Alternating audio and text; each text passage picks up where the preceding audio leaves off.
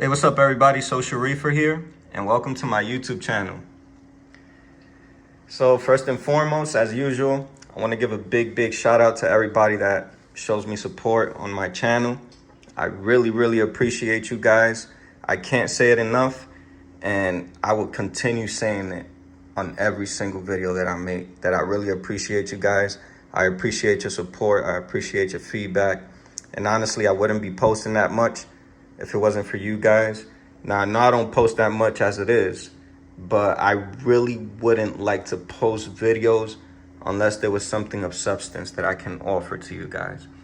It means a lot to me to give you guys understanding on the things that I've learned, and I try to break it down to the simplest form where you guys can take something out of it and utilize it to your benefit.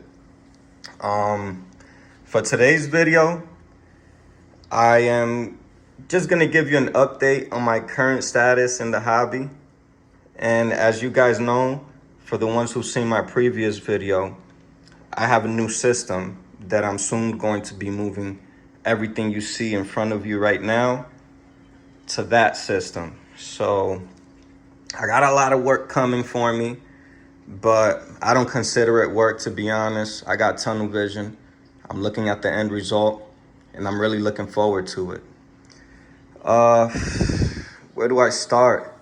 So I've came to the conclusion that what I want to do when I move my current system to the new system, I'm going to be using all the water that I can possible from this current system and transferring it over to the new tank.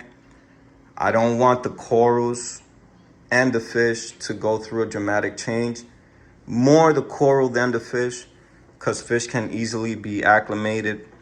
But my coral have been steadily in the ranges of parameters that they've been in for quite some time. And I'm trying to make this as least stressful as possible.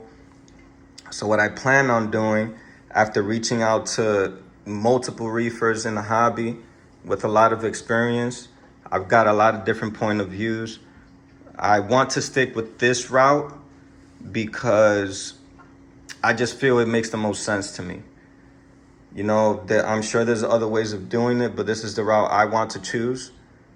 I will be doing water changes on this system more than what I normally do. It's all being done on purpose, because what I plan to do is, as I do the water changes, I'm going to save the water from the water changes to put into the new system. That way, when I complete the transfer, the water is as close as possible to what it currently is, and I wouldn't have to shock my corals as much. Now, in terms of the lighting, I'm pretty sure I already mentioned this on the previous video.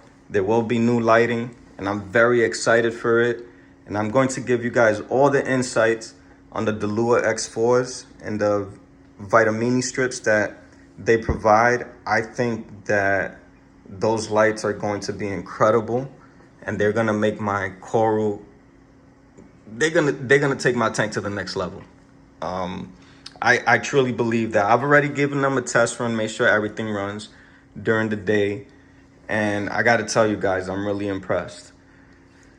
But I will give you guys a full insight on the specs, the applications that it takes to run those lights in the future. I'm gonna make sure that I break it down for you, down to the T, because for me, that is very important.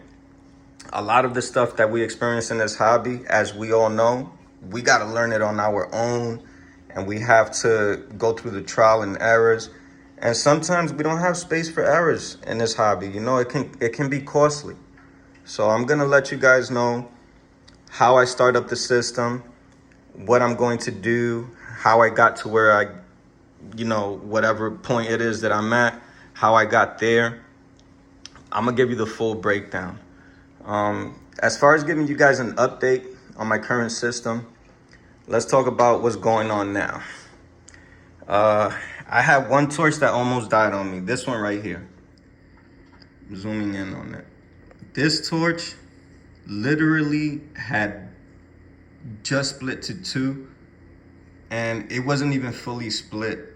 And one random day I was looking at it, and it was looking kind of weird. It was open, but it just looked weird to me. It didn't look like it normally looks. And that goes back to having a trained eye. Even I let it go on for too long, because if I would have taken a closer look at the damn torch when I was supposed to, I would have realized that I was like, the head was rotting away.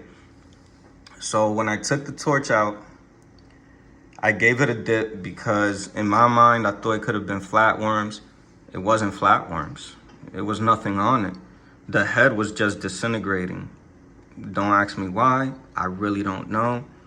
But I had to act fast. So what I did was, I cut the head into two, and I patched it up as nice as I could on the areas that were exposed, because as I mentioned, it wasn't a fully split head.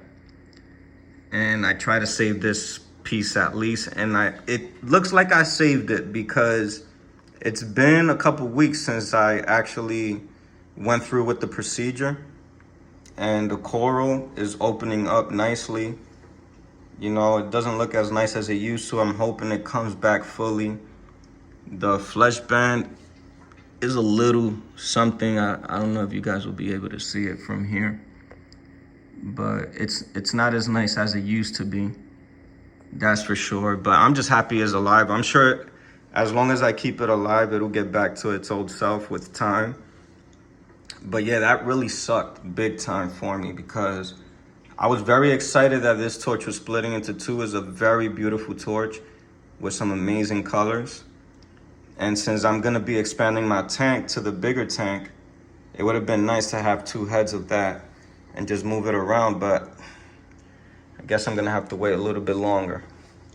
I also have a murderer in here. Not to use these harsh words, but one of the fish, and if I have to guess, it would be one of my wrasses, because they're known for that. One of the fish in my tank killed one of my shrimp, and I only have one shrimp left. It's hiding behind this rock here. I only have one left. And they also murdered my starfish. Like, the shrimp, there was no evidence whatsoever that it just disappeared one day. So I know something bad happened to it. But the starfish, I've seen the scars on the starfish before it ultimately passed. It had bite marks all over it. And once I saw that, I knew it was being attacked. My guess is the wrasses. I've just seen wrasses do things in the past, and it caters more to their character, in my experience. But it kind of sucks, because I like the aspect that the starfish brings to the reef. It's a very beautiful creature, and I really like the dynamics that it brings to the reef. It just makes it more realistic, The shrimp, I got one left, and I'm gonna tell you, before they were very adamant and they used to be out in the open. Ever since the other one went missing, this guy does not come out of back there. Even when I feed, it stays back there. It's like whatever attacked them, whatever fish it was that attacked them, made them want to stay back there. Like, they do not get out of it. It just doesn't come out of there anymore. Once in a while I see it stick his head out, but that's about it. But yeah, that's pretty much it as far as in my reef. All the corals seem to be doing fine, except for that one miss that I had with this torch, which kind of sucks, but at the same time I'm thankful that I didn't let it die altogether. I'm very happy about that. I'm gonna have to figure out how I'm gonna lay things out when I move it over to my new tank. I got a few things in mind that I hope work, and I'm confident that it should work. It's very hard to make a reef ugly, guys. So You don't have to kill yourself when it comes to structure. The corals will do all the hard work for you. You just have to do a little bit of placement and move things around. But outside of that, the beauty lies within the reef itself, not within us.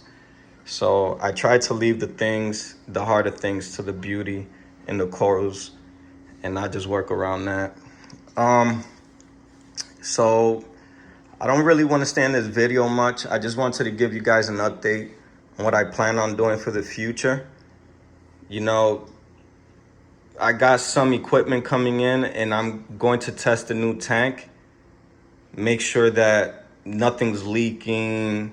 I'm gonna fill it up with some regular tap water. Make sure that everything is fine and I didn't mess anything up. And once I do that, everything should be good to go. Once I test it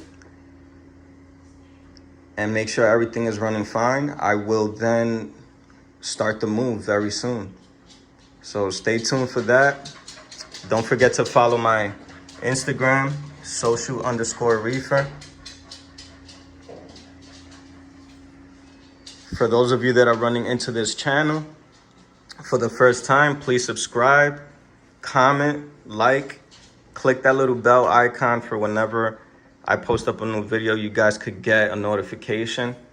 And once again, I appreciate all of you guys. Stay tuned for the ride. I got a lot more exciting stuff to come. Take care and see you guys soon. Peace out.